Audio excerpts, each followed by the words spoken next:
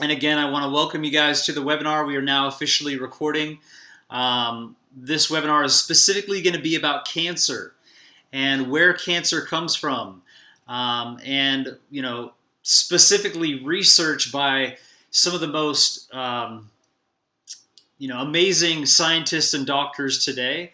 There are a lot of doctors out there. There's universities doing studies constantly. There's the American Cancer Society, who spends more money than anybody. There's the Institute of Cancer Research. And it's really cool because, these places, these institutes and nonprofit organizations, even though most of their money is going into, looking into how to, develop machines for pre-screening, which a lot of times actually cause more cancer. And I could share information about that. And a lot of times they're going into new developmental drugs and things that a lot of times do more harm than good, in my opinion, and according to their own research. A lot of that money is also being spent directly looking at the impacts of nutrition and also looking at specific foods. Just recently there's been some PubMed studies and a lot of information that's come out about dandelion root and its ability within 48 hours the extracts to start to attack cancer cells and tumors within the body, and even on PubMed saying, this stuff is better than chemotherapy. And it's just like, wow, for a leading medical journal and research, scientific website to say that, it's like, wow, these guys are really like opening up and sharing some cool things. So there's some exciting things in treatment, and I want to talk about, a lot of the history of cancer. So without further ado, I'm just going to shut off my video here. And I'm going to add you guys so you can see my screen. So now you should be able to see my screen. I'm going to go through this presentation. If you have any questions that show up, please feel free to type into the questions spot. And again, if we get cut off somehow or the audio quality is not good, I am recording this. So you'll be able to come back and watch this presentation for a very clear view if there's an issue.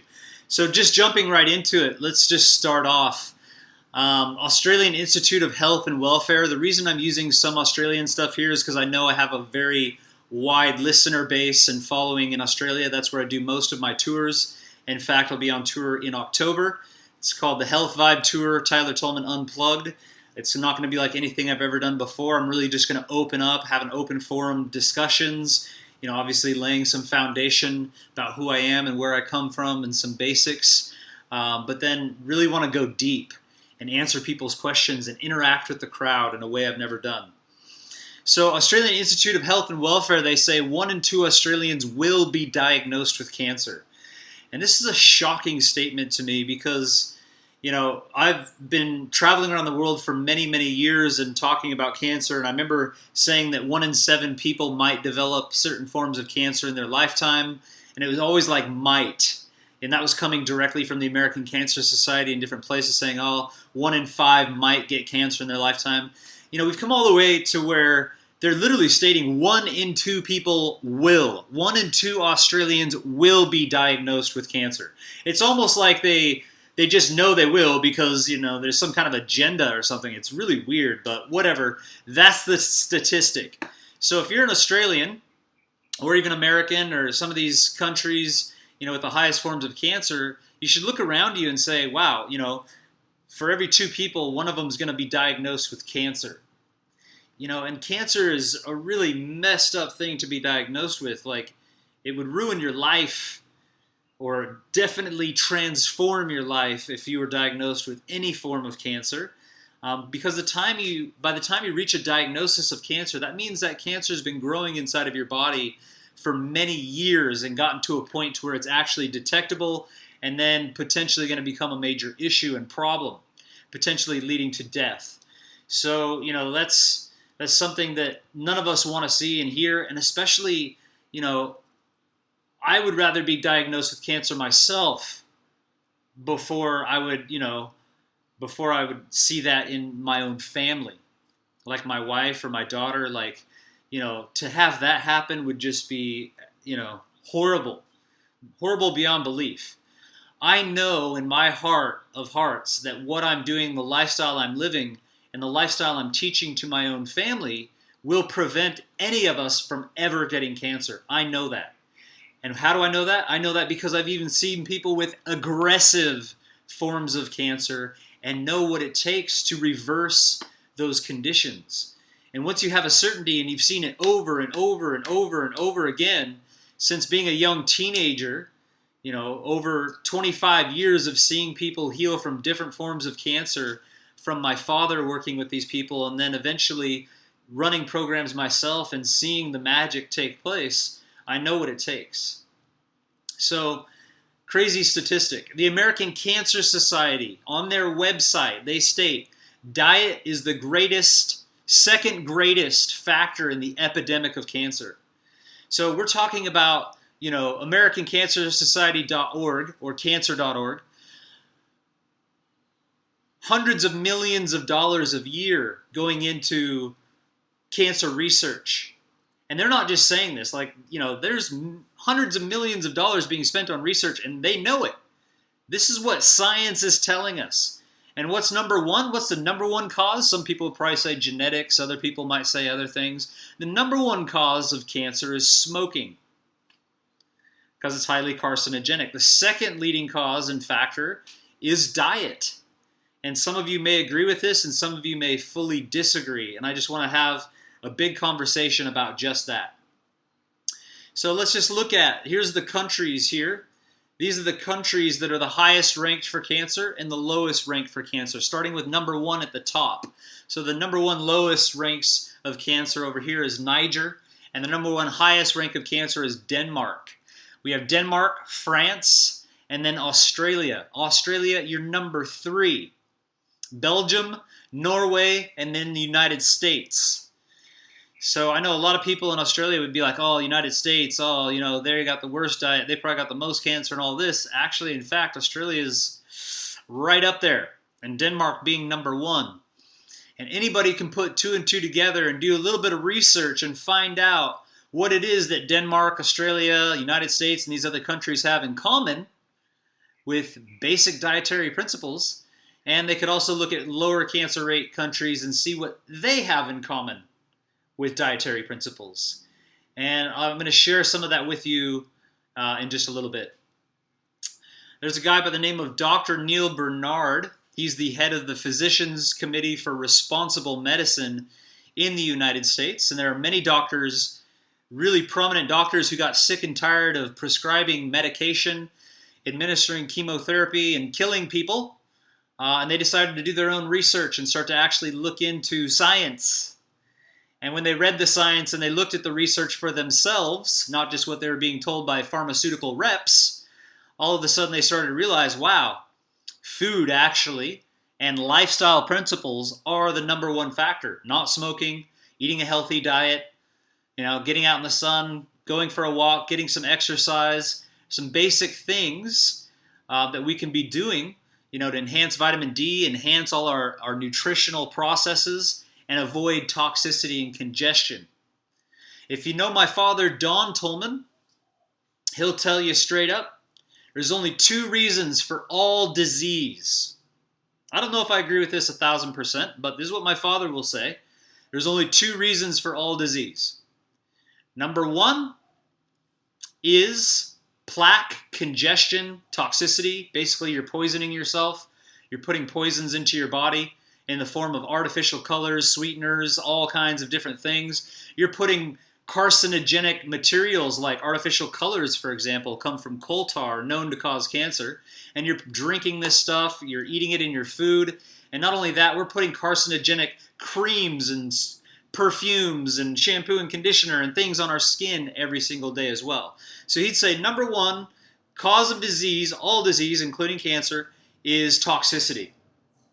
And he would say number 2 is nutritional deficiency, meaning you're not giving your body what it requires to have enough nutrition for everything to operate the way that it needs to operate, so it starts to go into a diseased state or a non-optimal state of existence. And over time and distance, this leads to diabetes, heart disease, cancer, and all these other forms of things. So toxicity and nutritional deficiency is what my father would say. This is the American Cancer Society, or cancer.org. If you go there and learn about them a little bit, currently funded cancer research, no single non-governmental, not-for-profit organization in the United States has invested more to find the causes and cures of cancer than the American Cancer Society. And they've been doing so since 1946. They spend more money on research than anyone on the planet and have been for 60 plus years, basically. You do the math. You can look at where the money's going. They do a spreadsheet. This is just in 2012.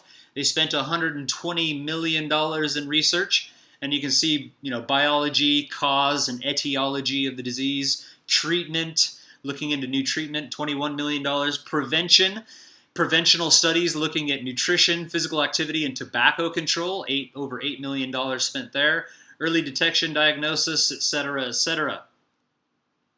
Now, if you click on Learn About Cancer, from the people who do more science than anyone on the planet, here's what they say.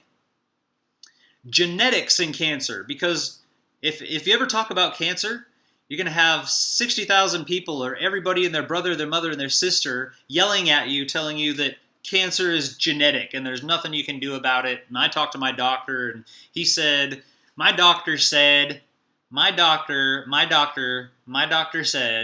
that there's nothing I can do about it, has nothing to do with my diet, my lifestyle, it's just genetic. Go ahead and cut your tits off. Go ahead and let us cut out your prostate. Let's just cut you open and take everything out to prevent cancer because it's just genetic and you just happen to have this little gene.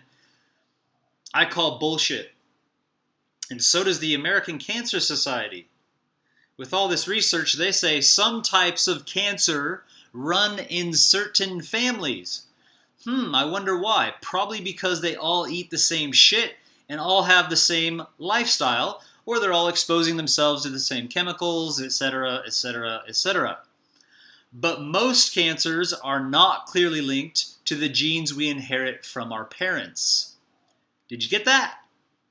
Most cancers are not clearly linked to the genes we inherit from our parents. You can click on that and learn all about genetics and cancer.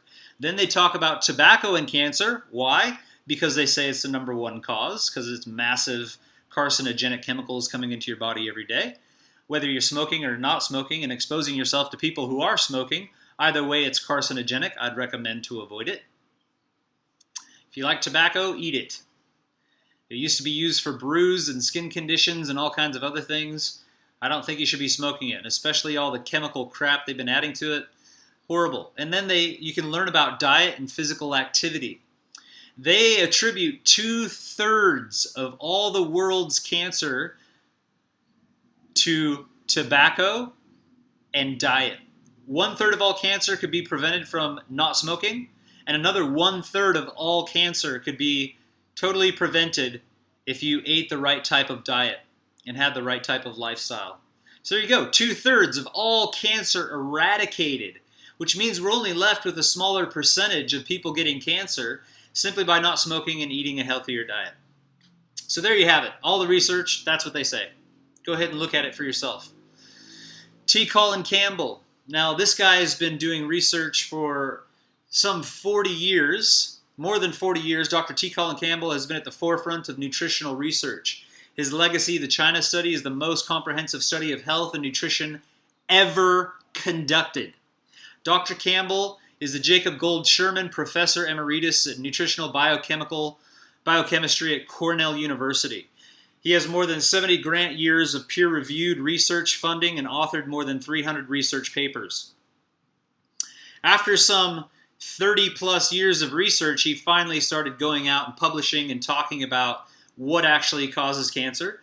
And the reason he took so long to get there and do it is because he knew he had to have all his ducks in a row. He needed peer-reviewed research in all the different areas, and then he needed to confirm all of that research by actual human studies, the largest studies ever conducted in human history. And so the amount of evidence that has been compiled by Colin Campbell and his team and Cornell University in conjunction with doctors and scientists in China and around the world is, in my opinion, irrefutable truth. of what's actually causing cancer. And now we're going to get into some of that. So T. Colin Campbell, just so you know, T. Colin Campbell was raised a dairy farmer and actually sold milk and eventually, occasionally sold cattle for beef. So there was nothing in his body, in his mind, anywhere that would want him to come to a conclusion that the animal protein could cause cancer. He was a dairy farmer. That's what his family did. He definitely was not a vegetarian. But he went to the Philippines and to feed children on a hunger project. Urban areas, 15 to 20% of children ages 3 to 6 were suffering from third-degree malnutrition, meaning they were starving to death. Their focus was to go to the Philippines and start to feed these kids high-quality protein. In the process of doing this, they discovered that the small percentage of kids that actually were getting high-quality protein and living a Western-style diet had a high percentage of liver cancer. Okay? This is children with a high percentage of liver cancer, and the only thing that was really different is these kids were, getting high levels of proteins, quality proteins, animal-based proteins. So in all the midst of this, T. Colin Campbell couldn't understand this thing, and he found a study out of India. The study was done in 1960s, and it examined the effects of different levels of protein consumption on the development of aflatoxin-induced liver cancer in rats. So basically this study says, okay, well, we're just going to give massive aflatoxin, which is a carcinogen, to rats, and then we're going to feed, one group of rats high animal protein, another group, no protein or low protein. And what they discovered is all the rats essentially got cancer that were fed animal-based protein. And so T. Colin Campbell was like, no, this can't be true. And he basically, was dedicating a lot of his time to disprove these studies. And he got funded by the National Institute of Health, which is a governmental form of giving funding to different studies. And the studies went on for 27 years. Okay, so for 27 years, this guy is doing research on the effects of protein, animal-based protein versus plant-based protein, and how it affects different animals and even humans. So in his research, they had two objectives: confirm the findings of India. Is it really true that high-protein diets promote tumor development in rats exposed to aflatoxin? Determine how protein works. First of all, I also just need to give credit to Dr. T. Colin Campbell. I've taken his nutritional course. He has a course called Plant-Based Nutrition, and I've taken his course. I've graduated from his course. I got his nice little certificate that was behind me in the video, if you saw it. And I don't normally talk about courses I take or certificates I've received because I believe it's more about what someone's saying, not the credentials or letters they have behind their name. So I need to give him credit because these are actual slides from T. Colin Campbell's course, just so you know. So, and because I'm using these slides, I would highly recommend anybody really interested in nutrition. It's not just about cancer. It's not just about these things. It's a massive course with all kinds of other doctors from around the world and scientists and people coming in. It's really well put together. I'd highly recommend it. And so these slides are actually from that course, just so you know. So here we go. This is what they did. They took a bunch of rats. They fed them 20%, which they call regular. 20% animal-based protein is kind of a regular diet according to Americans, Australians. Typically when they test something to see if it's carcinogenic or can cause cancer, they'll give massive amounts of it to rats or mice or things like this to see if it induces cancer. With the protein, they're actually just feeding it a normal, average Western-style diet. What they find is on 20% animal-based protein, 30 out of 30 had tumors and cancer. And when you feed the rats 5% animal-based protein or lower, 0 get cancer. And look, this is 27 years of doing these studies. This is just a few of the little extracts So you can see 5% protein here, all living at 100 weeks. 60 rats, all fed 5% protein and given massive amounts of aflatoxin, okay? So aflatoxin is a carcinogen from peanuts that they extract and use. So it's a carcinogen that causes cancer. They give massive doses of carcinogens, but when the animals only have 5% animal-based protein, they didn't grow tumors. Even though they had massive amounts of carcinogen, none of them, okay, they were all living at 100 weeks, okay? And at 100 weeks, when the animals were fed 20% protein, they were all dead in 100 weeks. And you can see tumor severity, the level of actual cancer cells within the body. So you can see that protein is one of the main factors in the growth of cancer, which I'm going to talk about here in a minute. Then they started doing studies to see what would happen. What would happen if we gave all these animals carcinogenic materials, aflatoxin, and we fed them 20% protein? They could actually watch cancer grow within these animals. And then at a certain point, 3 weeks in, they would switch it, and they'd go back down to 5% animal-based protein, and they learned they could literally turn off and turn on cancer growth by the percentage of animal-based protein. And as long as somebody's eating 20% animal protein, they're growing cancer. When they reduce it down to 5% or less, they stop the growth factor.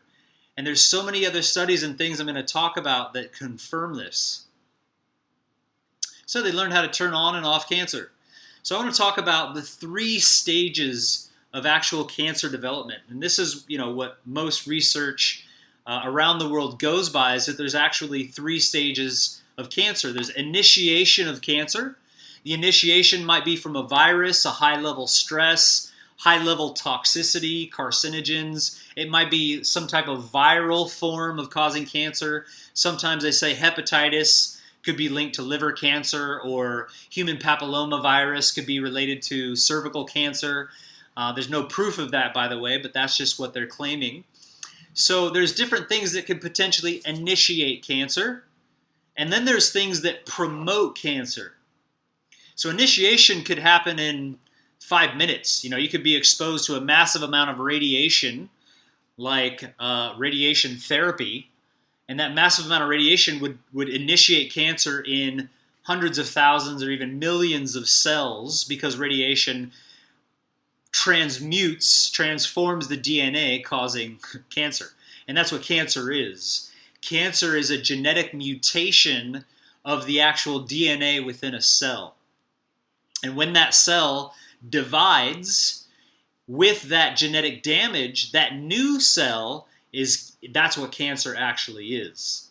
And our body has enzymes and repair mechanisms to go into cells that have been damaged to fix the DNA. And we also have what's called cancer killer cells within our immune system that will attack those cells that have divided and actually kill them and disintegrate them as well. So a lot of people think that, cancer is immortal and once it grows, you're screwed and there's nothing you can do. That's not the truth. There's plenty of research, PubMed, you can look all through it. There's plenty of research showing that our own immune system actually does kill cancer.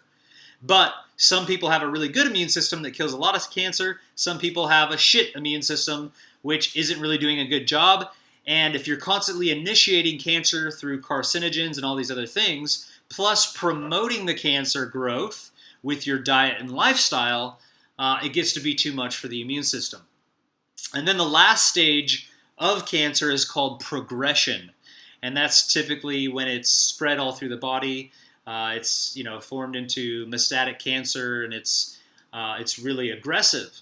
But T. Colin Campbell says at every state of cancer, initiation, promotion, and progression, you can still turn it off by specific dietary principles. I would take it a step further and say, well, then you can actually fast and do very specific things, especially with items like, the dandelion root extract, which is known to cause and kill cancer, There's a lot of PubMed and other studies on frankincense oil and boswellia extract actually killing cancer. And there's other forms of even food-based things, broccoli, selenium, obviously. If you've done any research, you'll find out that selenium is known to reverse cancer and get rid of cancer. Selenium is really high in Brazil nuts, for example. So looking at this, you can see that DNA abducts, carcinogens, initiation can happen within minutes and hours. This is from Cornell University. And then the promotion of cancer is the largest time. It could take years or even decades. And this is the point I really want to get across, is that if you're diagnosed with cancer, they can actually find, you find a lump or, it's, a tumor form. If you can feel it or you can find it with pre-screening, that cancer's been growing for years. Whatever you've been doing in your lifestyle has been promoting the growth of that for potentially 3, 5, 10 years or more. And this is why it's so important not to freak out and go run down to the pharmaceutical medical industry and start poisoning and cutting yourself and irradiating yourself. Because all of those things, clinical studies show, actually progress cancer even more. And I'll show the American Cancer Society what they say about chemotherapy and radiation in just a few minutes. So looking at dietary protein and where cancer starts to develop, within these animal models, they know that once you hit about 10% of your caloric intake coming from animal-based protein, 10%, it's called a threshold. Once you cross the threshold of about 10%, could be anywhere from like 8 to 12, that's where cancer growth is promoted and you start to grow cancer. You start to grow tumors. And that's just it. And what I would like to say is, look, there is so many chemical carcinogens and things that are causing cancer in the world today that everybody's initiating cancer. I don't care who you are. Even I'm initiating cancer at certain times when I'm exposed to the fumes of cars, when I have high levels of stress, when there's things going on. Who knows, what's going on? I avoid as much as I can. I probably avoid more than 95% of the population because all of my personal care products, everything I put in my mouth, everything I put pretty much on or in my body, mostly is carcinogen free because I've done the research and I know what causes the initiation. But what I'm saying here is even if you've initiated cancer, I could eat peanut aflatoxin all day, every day, and never have the development of cancer because I'm not doing what it takes to promote cancer. And I know that's a really bold statement, but this is why men and women can smoke cigarettes their entire life. People ask me all the time, hey, Tyler, well, if smoking causes cancer, why did my grandma smoke for 70 years and she never got cancer? She died of heart disease at 95. And it's just like, well, shit, that doesn't make sense. But it does when you see this model. Because grandma was initiating cancer every single day for her entire life, all throughout her body with smoking, but she never promoted it. She never gave herself the dietary intake of enough animal protein to actually promote the cancer into becoming tumors and different forms of cancer. And then it makes perfect sense. Have a look. Look at what your grandmother ate, breakfast, lunch, and dinner. There you have it. She was probably eating mostly plants, probably still had some meat, but she didn't break the threshold of growing cancer within the body. So, conclusion from their studies. Findings suggest that at all stages of tumor development, the protein effect is dramatic, operating on all levels. Chemical carcinogens only become cancerous and produce tumors if we are eating the wrong kind of diet. A higher protein diet basically equals chemical carcinogenesis. Protein sources matter. There were major distinctions between animal and plant-based proteins. At 20% casein, which is a cow's milk protein, it promoted cancer in every single case. But when they used soy protein or wheat protein or any type of plant protein, 20-30% no cancer growth. Plant protein acts very differently within the body. Casein tends to mimic other animal foods, and that's why they use casein in most cases, is because it's an animal-based protein. It's the same protein in basically every other type of animal-based protein. So if we come back to this, initiation comes from, it could be genetic, could be the genes. If you have, a gene supposedly that, is a high level of, going to cause breast cancer, the breast cancer gene or these other genes, that can create the initiation. Chemical carcinogens can create it. They have other things they show here that can create the initiation. But for the actual promotion, it comes down to nutrient imbalances. Again, going back to what my father says, not getting proper nutrition. It also comes from decreased NK cell activity. NK cells are natural killer cells that our immune systems have, and I'm going to talk about that in a second. Increased cell replication is part of the promotion. Well, what increases cell replication? Well, the main factor in increasing cell replication within the body is a factor called IGF-1 in the liver. And what boosts IGF-1? Meat, animal-based products. And in fact, there's a documentary I'd really like you to watch called Eat, Fast, and Live Longer. And this is really interesting because they take individuals and they fast them 24 to 48 hours, 1 to 2 days a week, and the levels of IGF-1 in the liver drop in half. And they stay that way for an extended period of time, even in meat eaters. So even people that are eating beef and chicken and all of these things, you can radically reduce your amount of increased cell replication by doing a fast 1 to 2 days a week, which is pretty cool. Now, Dr. Neil Bernard, I talked about earlier, Physicians Committee for Responsible Medicine, wrote an article in the Vegetarian Times, The Edge Against Cancer, and here's what it says.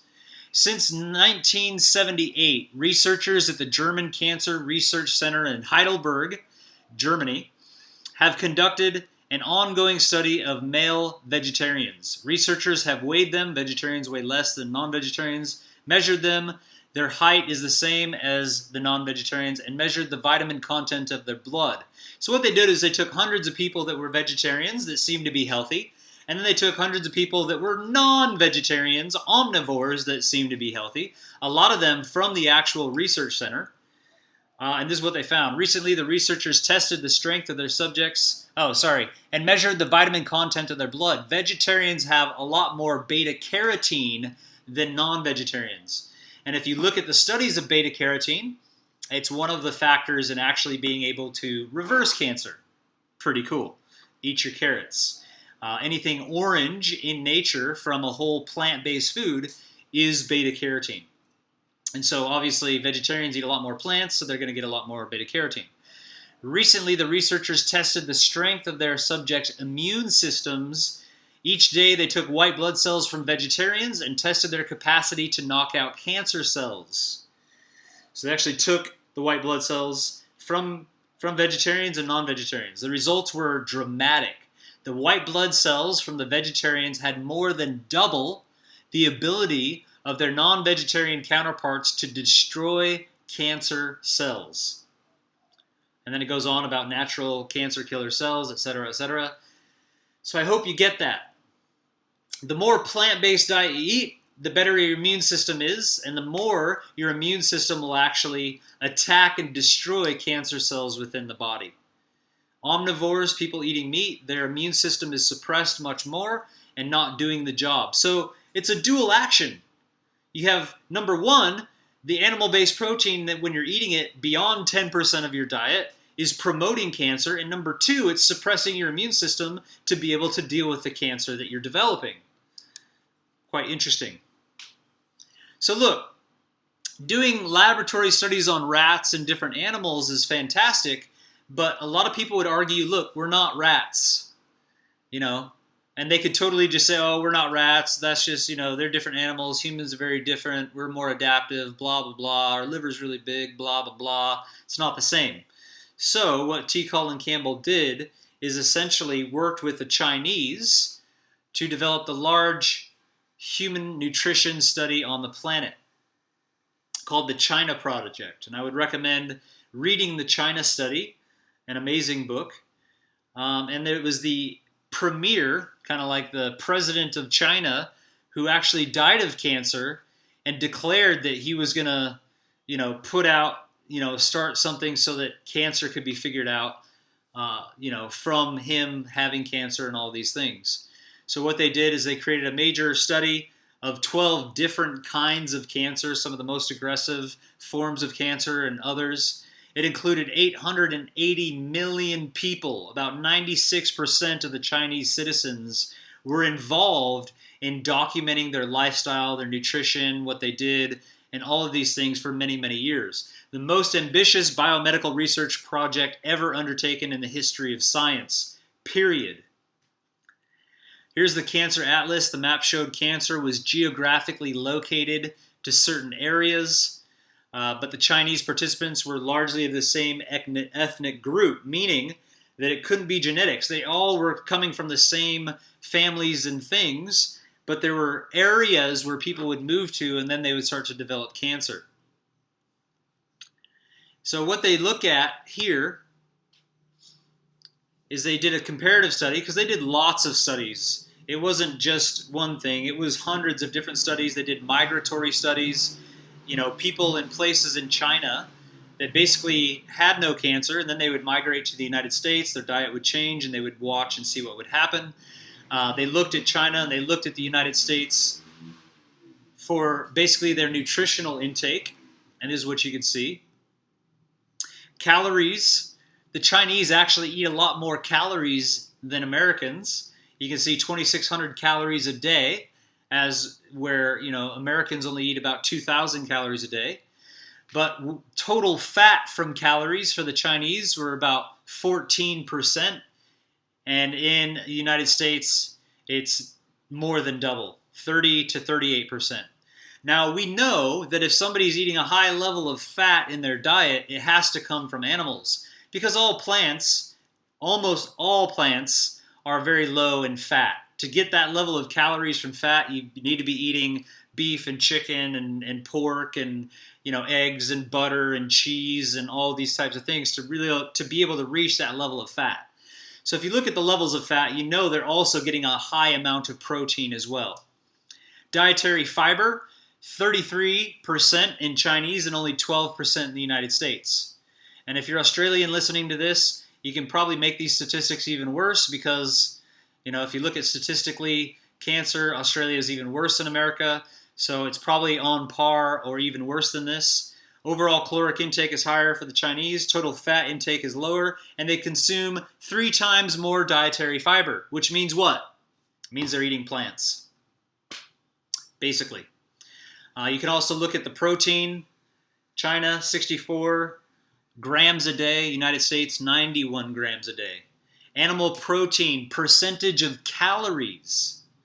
The percentage of calories in protein are 0.8% of their food has protein. Now, I find this really interesting because, a lot of times people ask me, oh, Tyler, what's the optimal level of protein for human life?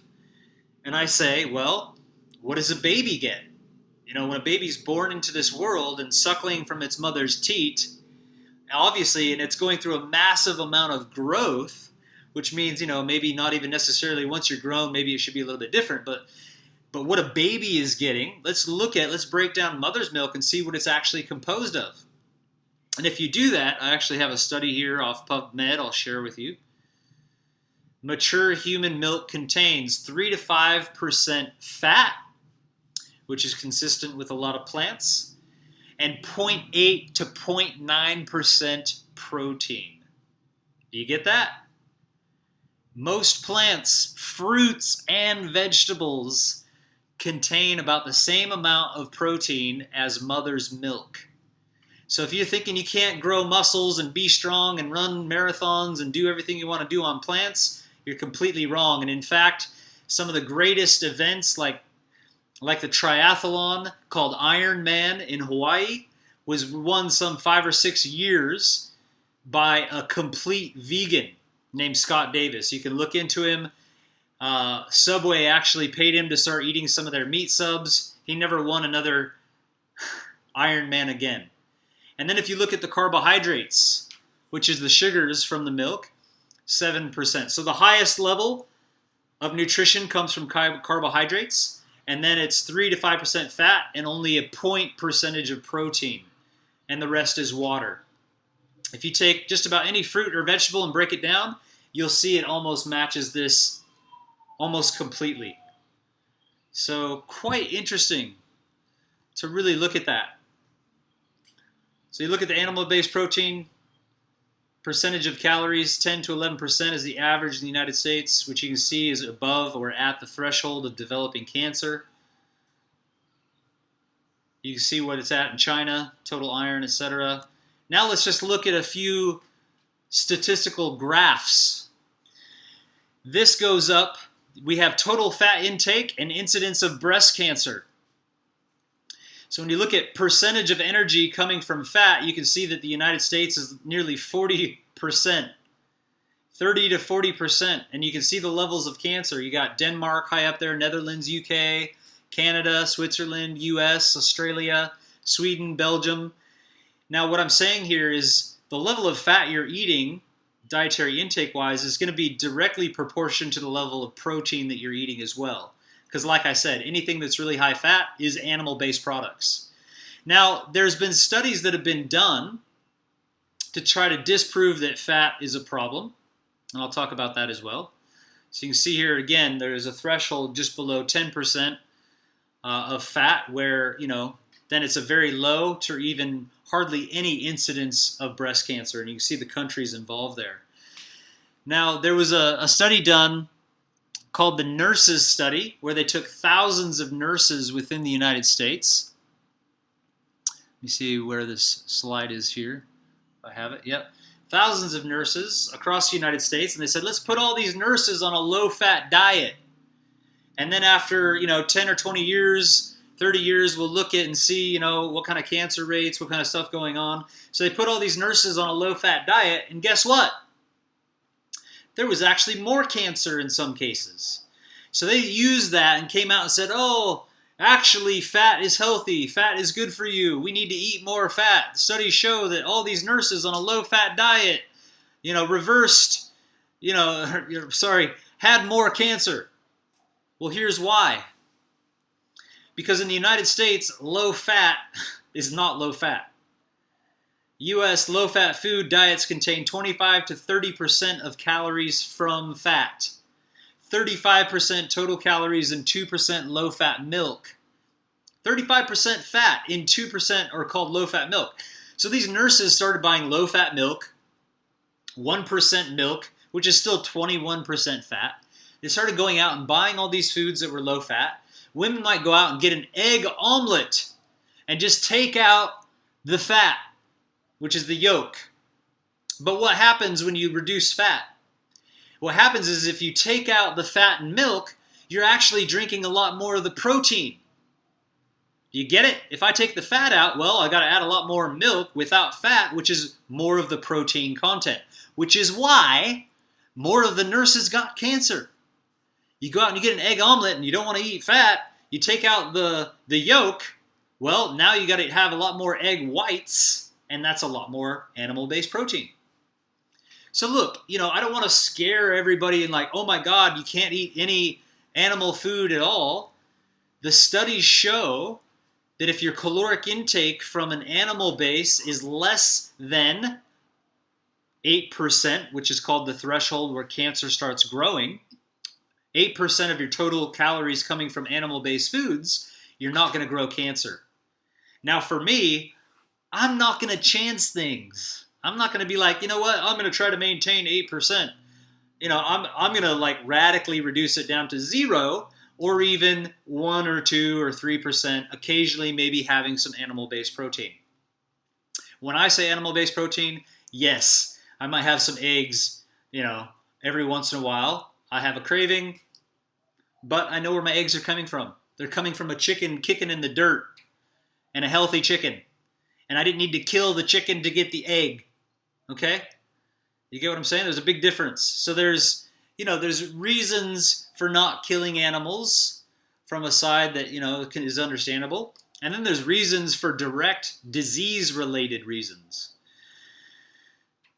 So look at it. If you're eating beef, if you eat chicken, if you eat fish, if you eat pork, and you also like eggs and milk and butter, you're most likely getting at least 10% of your calories from protein, and you're growing cancer.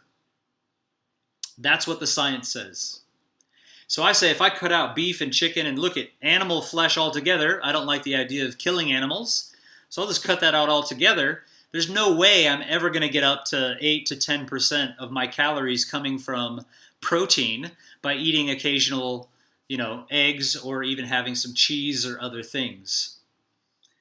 Does that make sense? Hope it makes sense. So you could just radically reduce the amount. If you still want to eat beef, if you still want to eat chicken, if you still want to have fish, if you still want to have pork, it's just becoming very conscious that that's not the staple of what you're eating on a daily basis. People are eating meat, breakfast, lunch, and dinner every day, and 1 in 2 people are getting cancer. Heart disease is the leading cause of death. And I know it's directly related to eating animals. I know it's directly related to that saturated fat from animals that's clogging people's arteries. It's causing all these diseases. It's causing diabetes. It's causing all of these things. And in my opinion, maybe that's karma. Maybe it's just karma. You kill an animal and you eat it. Guess what? You're killing yourself at the same time. Maybe. But where I'm going at with this is, look, if you become really conscious and eat a lot of plants and radically reduce it, then you're getting all the nutritional qualities, you're getting the fiber, you're getting the things, you're radically reducing the amount of protein. You're going to reduce your risk for cancer by a massive percentage, probably 70 to 80% reduction by just reducing it down to a very small amount of animal-based protein. And look, you can eat as much plant-based protein as you want. And the cool thing is, things like fermented soybeans called tempeh taste just like chicken if you cook it right. Tastes just like all these other things. You can get hemp protein. You can use hemp seeds in smoothies. You could use all different kinds of plant-based protein, and they do not cause the same effect. So if you like a lot of protein, you're bodybuilding, whatever it is, you can still do that. There's plenty of vegan and vegetarian bodybuilders that are amazing. Other effects of animal protein from their research: initiates type 1 diabetes, which is an autoimmune disease, increases calcium bone loss for osteoporosis, cow's milk, a common cause of childhood allergies. If your kids have rashes, if your kids have allergies, do not give them dairy products. And watch what happens. 30 days, their conditions, their asthma, a lot of these things will clear up. Try it. If you love your kids, you will. Give it a try. 30 days. See what happens. Cow's milk associated with cataract formation, rheumatoid arthritis, and digestive disorders. Meat intake associated with Alzheimer's disease, highest versus lowest intake. Estrogen levels.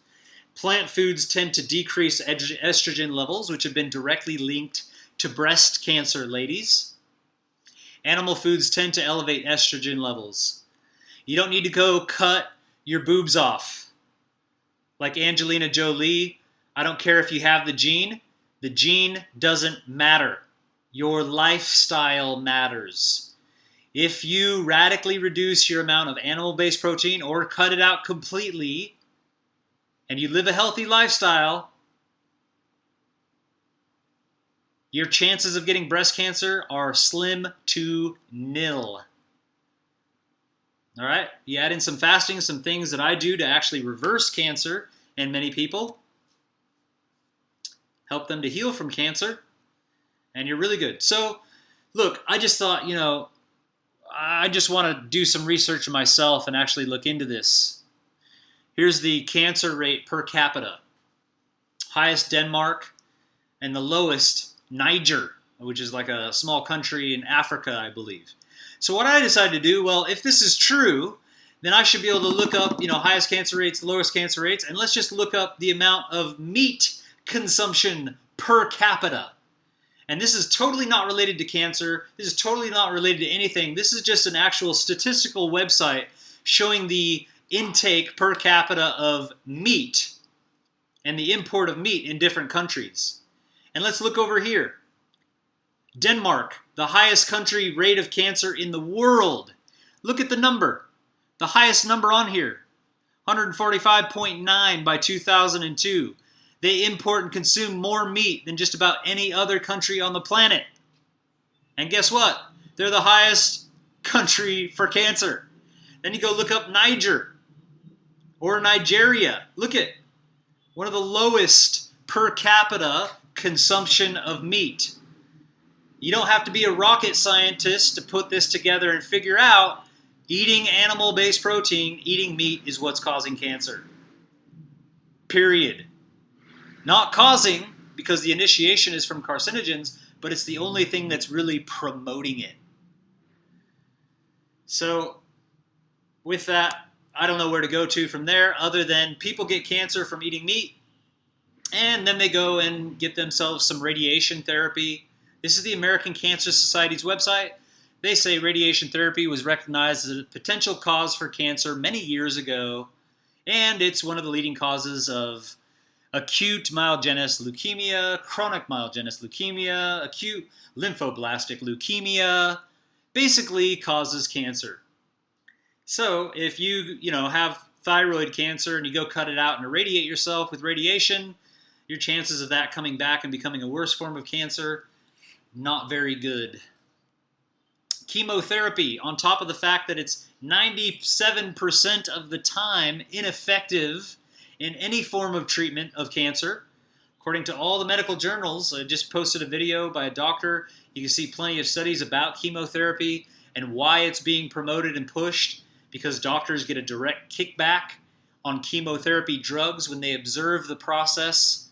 It's the only thing. Doctors can't receive direct kickbacks from pharmaceutical drugs. Yes, they can get free lunch every day from the pharmaceutical companies. Yes, they can be taken to Fiji or some other country and treated like kings for, promoting and writing out lots of prescriptions, but they don't receive direct money. But with chemotherapy, they directly receive thousands and thousands of dollars per client who receives a very specific amount of chemotherapy. And chemotherapy is linked to causing leukemia. It's the leading cause of secondary cancer, chemotherapy. And all the other alkylating agents and drugs that they put people on for cancer, they're known to cause all kinds of different forms of non-Hodgkin's lymphoma, ovarian, lung, breast cancer, Hodgkin's disease, all these other things. So, in summation, eat a lot of meat, get cancer, go get radiation, chemotherapy, get more cancer, and die. Or get really educated, start eating a lot of plants, don't get cancer, and don't ever put poison and toxicity and things into your body known to cause cancer. Again, if we go back to the simplicity of what my father said, poison is a main factor in disease and nutritional deficiency. So stop poisoning yourselves and start getting some nutrition into your diet. What is nutrition? It's a variety of red, orange, yellow, green, blue, indigo, violet foods, creating a massive amount of antioxidants, phytonutrients, fiber, and it has all the protein, all the fat, all the essential amino acids that you could possibly need. And you don't have to even combine foods to get complete proteins. Avocado is a complete protein. Broccoli is a complete protein. Beans are complete protein. We've been lied to. Lentil is a complete protein. It has all the essential amino acid profile. As long as you're eating enough food every day, which enough is 12 to 1400 calories, not very much, you're getting a massive amount of essential amino acids, and there's a massive amount of essential amino acid stores, which is why people can go on extended fasts and not die. In fact, they heal and feel better. I just wanted to share one individual. His name is Danner. He was diagnosed with colon cancer, pretty aggressive colon cancer. He did go down the route of chemotherapy. His cancer ended up spreading to his liver. So now he's got aggressive liver cancer and colon cancer. And he's like, you know what? I'm done with the medical industry. It's making things worse. Him and his wife and his 2 kids came to Bali for 30 days. He did a 21-day fast. He lost 30 kilograms. He pulled out his teeth with mercury amalgam fillings. He went through massive mental, emotional, physical, and spiritual transformation through this 30 days of doing all these different things that we put together. He went home. He was a worker in a mine. He's actually one of the head miners who managed teams over the mines in Mackay. He did a self-induced 60-day fast on juices. And a few months later went in, got tested, blood tested, every kind of test you can imagine. Not a single bit of cancer was detectable in this man's body. So he's a living legend. People will call it a miracle, a medical miracle, and that's bullshit. It's very practical. And I do believe that it's mindset, knowing that you can heal, having somebody support you and help you to show you the research and get you to actually believe you can heal. Because healing starts with the head down and from the inside out and in a reverse order of symptoms. It's called Dr. Herring's natural law of cure. And I've seen case after case after case after case of all different forms of disease and cancers and things. When the person has the right mindset and they do the right types of things, they can reverse it. And I'm more than happy to share many other links. So with that, I want to thank you guys. I want to say if you want to be involved with what we're doing, go check out my website, read my articles, look into it, comment. I'm open to having conversations and discussions about all of this. I'd recommend doing a colon cleanse and cleaning your digestive system because that's where disease typically starts. We need to clean the digestive system mainly to avoid the accumulation of toxins and plaque and also to get the nutrition that we need. A lot of people might be eating healthy foods, but if you've got plaque that's accumulated for years and years, you might not be actually absorbing that nutrition. So clean your digestive system. The ancient Egyptians would clean their digestive system for 3 to 4 days every single month. I recommend doing a colon cleanse every single month. For $65 for this colon cleanse a month, for doing that every month for a year, you do the math, $1,000 of prevention is worth, saving yourself hundreds of thousands of dollars in treatment and in the pain and the anguish and destroying families and life and everything else. I think really the digestive system's number one. Clean your digestive system every month. Eat more plants. At least radically reduce the amount of animals that you're eating. And if you can go completely vegetarian or even vegan over time and distance, I think you're really doing yourself a big favor for avoiding heart disease, for avoiding cancer, diabetes, and all these other things. So that's basically what I wanted to say, guys. Thank you for being on here and being a part of this. I am going to open it up now and see if there's any questions in here.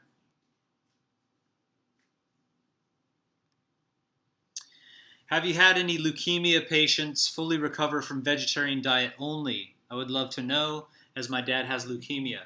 I'm going to say no to that. I've had a few people with leukemia come to my program, and in conjunction with fasting, which is cleaning the body, doing very specific exercises to clean the lymphatic system, and very specific protocols, those people are still alive and happy and acting like they don't have it. And in 5 to 10 years, when they're still running around happy and healthy, then you can say it's a cure. But until that time, you can't really make those claims because according to cure, it's 5 years without symptoms. But I would say if somebody has leukemia, they need to take a drastic route of treatment for disease in general, of cleansing their body, eliminating the toxins, using techniques that actually break down, called autophagy and autolysis, breaking down cancer cells and tumors and things within the body, and then inundating themselves with all of these proven methods of whole foods and extracts that actually eliminate cancer. Explore, marijuana oil. Explore dandelion root extract. Explore boswellia and start to do your research. And I'm happy. Send me a message. I'll send you the PubMed research, the scientific research, and all these plants and their ability to attack and kill cancer. And then you're doing fasting and you're living a vegetarian or vegan diet only.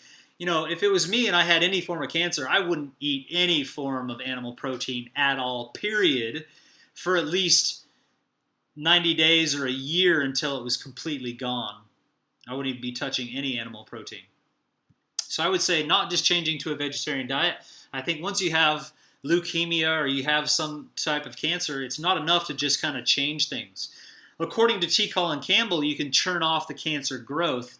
I wouldn't chance it, though. I would be going drastic routes of cleaning the body, getting back to an optimal state of health. When the doctor gives you an all clear to cancer, do you know what percentage of people have a reoccurrence? Well, there's a lot of medical journals who have the statistics of people who are considered cured or gone into remission, and they say that the reason they're setting the 5-year mark as a cure is actually a benefit to the chemotherapy and the radiation, because typically people are dying within about a decade from that time. And I'm talking about young people, old people, all kinds of people. Once they've had chemotherapy and radiation, again, a massive dose of carcinogen, it still takes time for that to have its effect. So, statistically, a lot of people that are considered remissed are still dying around anywhere from 5 to 10 years after that.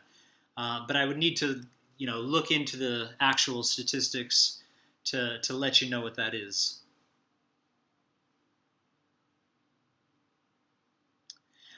Yes, when I actually post this, I post it on YouTube. Somebody was asking if I could make the slides available.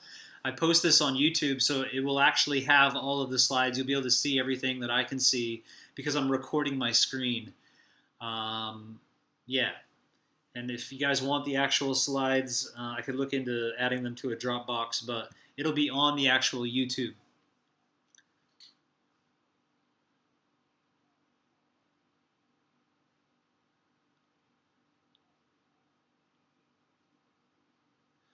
Cool. I'm just reading through some of these things here. Some people are just making comments. Have you ever worked with someone who had cancer, who didn't do the chemo and radiation, went a natural route? Of course. Most of the people that come to me dealing with cancer don't want to go the medical route. And so that's the reason they come. And I'll be totally honest. Some people have amazing radical success, and some people end up dying. Like, I had a woman in her late 60s come to me with really aggressive pancreatic cancer. She came to my 30-day program. But by the time she got there, she wasn't able to do, anything. She wasn't able to walk and go walk with us. She wasn't able to do the stretching. She was already to a point of not drinking very much water. It was a tough situation. She actually died. So, doing this type of work is not easy. And there are many times that you want to give up. And there's, many things that can happen.